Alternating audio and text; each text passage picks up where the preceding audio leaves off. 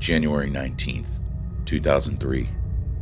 Indian officials ventured into a deep jungle, investigating several missing persons reports from a nearby city. What they found was a Tower of Silence, or a Dakma. Zoroastrians used these sites to dispose of bodies in the open air.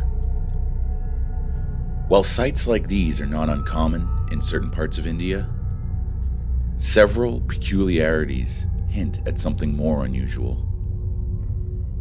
None of the bodies depicted in the photograph were identified. Villagers from nearby, though initially surprised at the sheer number of corpses in the Dakma, proved unable to recognize the bodies. The corpses also do not match the descriptions of the missing people. There were no animals around except for maggots and flies. Zoroastrians rely on birds, like buzzards, to dispose of the bodies, in the belief that they are contributing back to the earth. Officials found the corpses relatively untouched by any sort of animal. There's no official count on the bodies. In fact, little work was actually accomplished at the site, and perhaps this is why only one photograph has emerged.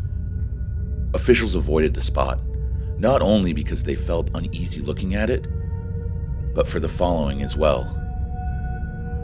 The deep pit in the center of the photograph was filled with several feet of festering blood, far more than the bodies on the outside could ever supply.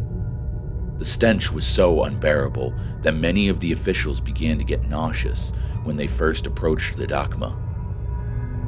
The expedition was ended when a villager accidentally kicked a small bone into the pit, penetrating the coagulated surface of the pool. A massive burst of gas from the decomposing blood erupted from the pit, splashing those looking into it, along with the photographer. Those caught in the explosion were immediately sent to the hospital, where they were quarantined for possible infection. They became delirious with fever, shouting about being tainted with the blood of Ahriman, the personification of evil in Zoroastrianism, despite never having admitted having any familiarity with the religion. In fact, many of them had no idea what the Dakma was when they had found it. Delirium turned to insanity as many began to attack hospital staff until they were sedated. The fever eventually killed them all. When officials returned with hazmat gear the following day, the site was empty. All bodies had been removed and, astonishingly, the pool of blood in the pit had been drained.